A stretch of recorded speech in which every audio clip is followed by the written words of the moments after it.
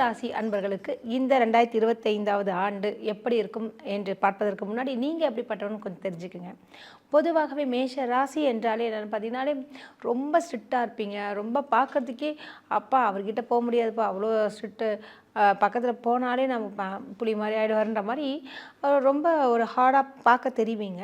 ஆனால் பழகினவங்களுக்கு மட்டும்தான் உங்களை பற்றின ஒரு சில விஷயங்கள்லாம் தெரியும். ரொம்ப இனிமையானவர்ன்ற விஷயங்கள்லாம் இவ்வளோ குழந்தைத்தனமாக இருக்காருன்ற விஷயங்கள்லாம் புரிய வருங்க.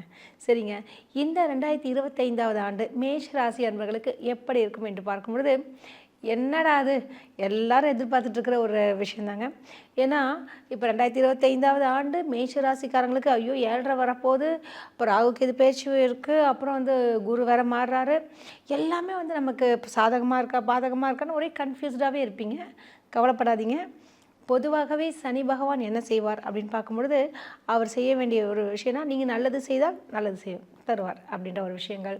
அதே மாதிரி கர்ம வினை பயன்கள் சொல்லுவாங்க இல்லையா, நீங்கள் என்ன தப்பு செஞ்சோம் அதற்கேற்ற ஒரு அதை நியாயவாதி சொல்லுவாங்க, நீதிமான் சொல்லுவாங்க, அது மாதிரியான சில விஷயங்கள்லாம் செய்யக்கூடிய ஒரு நபர் யாருன்னு பார்த்தீங்கன்னா இந்த சனி பகவான். அதுவும் அவங்களுக்கு மார்ச் மாதம் தாங்க 28வது நாள் தான் உங்களுக்கு மாறுறாரு.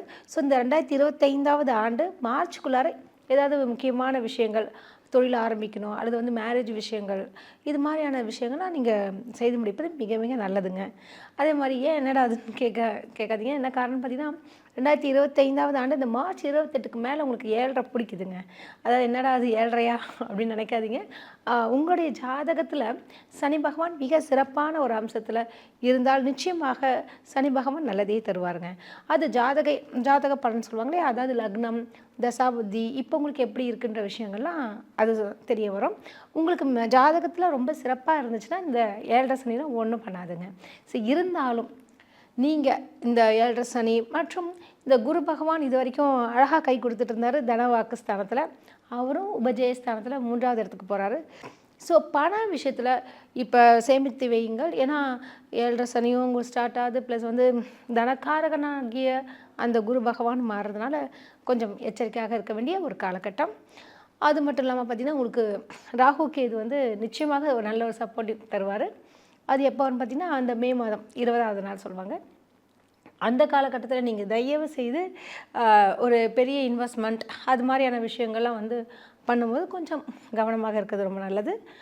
இருந்தாலும் உங்களுக்கு அவர் லாபஸ்தானத்தில் இருக்கனால 7.5 சனியினுடைய பிரச்சனைகள் மற்றும் குரு பகவானுடைய பாதகங்களை இந்த ராகு கேது பயிற்சி உங்களுக்கு நல்ல ஒரு மாற்றத்தை தரும் என்பதில் ஐயமில்லை. இந்த ஆண்டில் நீங்கள் என்ன செய்ய வேண்டும், எந்த கடவுளை பிடித்து கொள்ள வேண்டும் என்று பார்க்கும்பொழுது ஆஞ்சநேயர் வழிபாடு மிக மிக நல்லது. நீங்கள் ஆஞ்சநேயர் பிடித்தாலே உங்களுக்கு சனி பகவானுடைய தொல்லையிலிருந்து நீங்கள் விடுபட முடியும். வாழ்த்துக்கள். நன்றி. வணக்கம்.